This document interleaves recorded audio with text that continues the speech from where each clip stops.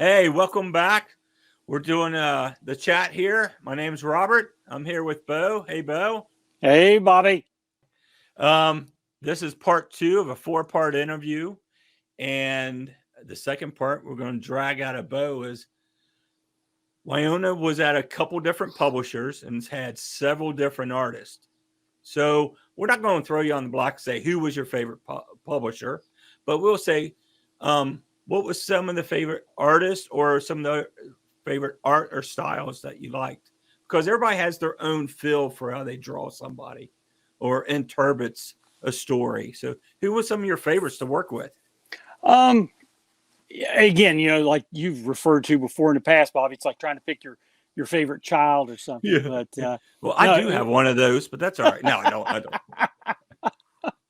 um, I got to say, when by the time I did Wynonna Earp, the Yeti Wars, that was probably the first time I got exactly how I always pictured Wynonna Earp in my head. Enrique Villagran, who I'd worked with since Eclipse, I worked with him. Chuck Dixon worked with him. He worked at Marvel, DC, every major and minor publisher. Enrique was the utmost craftsman as far as what needs to be done. He's a professional. He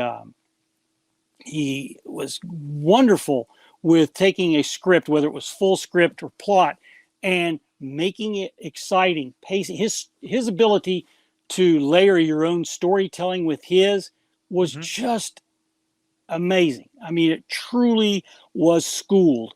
And that Wynonna Earp, the Yeti Wars it was action packed, it was high adventure, and at the same time had humor. Now, I don't mean slapstick, ambush, bug, Deadpool kind of humor, but what I think comes from camaraderie and being in an incredible situation and how you handle it. And it has to be with a little bit of humor. And that humor has always been, a sense of humor has always been a part of who Wynonna Earp is and her supporting cast. And Enrique was able to capture that with expressions, with looks. The coloring on that book was what television used to call blue sky. And blue sky means you may have an action adventure, a dramedy, comedy, but the screen always looks happy. I mean, there's good weather. It's not everything is shot in the dark. And I didn't want that. I wanted Yeti Wars really represented what Wynonna Earp was to me as a child and what it evolved to as an adult. I got to work with Carlos Fiera on the Wynonna Earp series. He was excellent.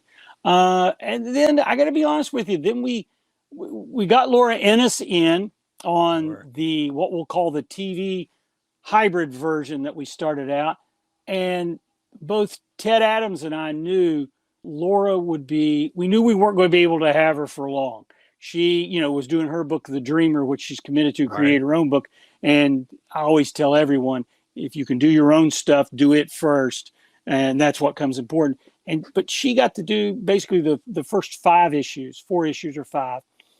And we knew we were in safe hands because, not only is Laura an incredible storyteller, not only can she put that humor and expression in there, but she has, and I'll use the term whimsical, and I mean that in the best way of this world is not real, but we're going to make you believe it is. And she just did a fabulous job. Bang, bang. She is always on time, always the professional, no worries there at all. And plus, I've known her since she basically just got out of art school. She was introduced to me at Mid-Ohio Con by Jeff Smith. And fell in love with her as an artist, but fell in love with her as a friend. Her and her husband, Mike, are like family to Beth and I, and just wonderful, wonderful person. And I cannot speak more highly of her. We missed her when she went to do The Dreamer. She'd come back occasionally and do covers and stuff. And she is a staunch Earper and Wynonna Earp backer and always has been. So that was great. And one that I've got to mention, Bobby, the artist is Angel Hernandez. He did season 0 that Tim Rozon and I both wrote. This is the trade paperback. Angel Hernandez had done Star Trek for IDW. He also did Green Lantern at DC Comics. Tim and I wanted to do our tribute to the film The Wild Bunch in that feeling of camaraderie amongst heroes. And season 0 was that. And Angel Hernandez, and not because his name's Angel and because I'm a guy of faith, but that Angel was heaven sent to us to do this book. I have never seen anybody on anything that I've worked on that was so born to do this one storyline. And it's one of those things when you read this, the first thing you want to do is either hug your best friend, maybe sock him in the jaw afterwards. I mean, it's that kind of sense of camaraderie that I know men feel, and I'm sure women do with their own brands of friendship.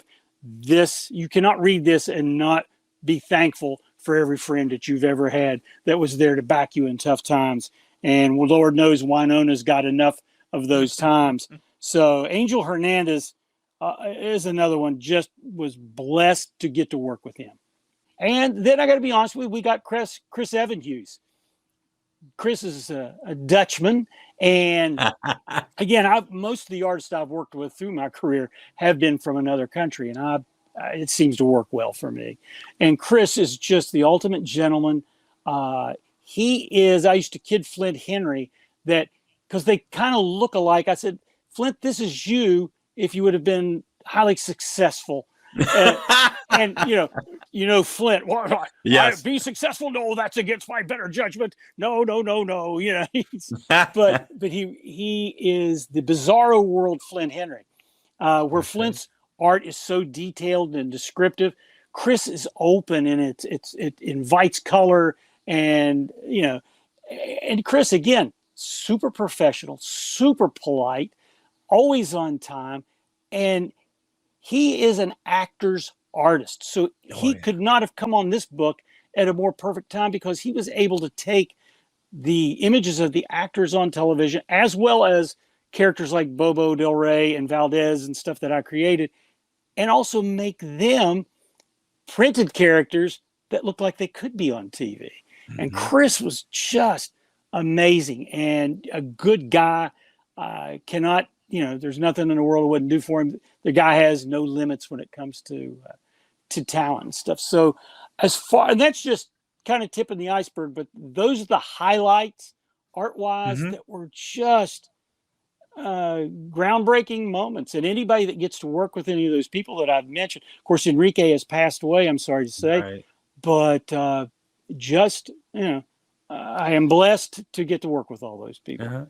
Now, Enrique, he had like an open style, but was more like a brush technique in the inking, correct? Now, he did the inks on that also? Yes.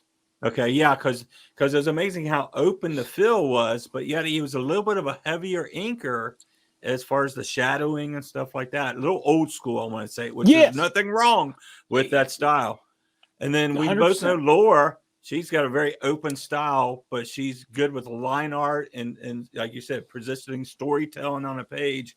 And then you got Chris who's wide open. And he really puts it in with the colors and everything. So, yeah, all three of those, I like all the artists. All three of those are awesome.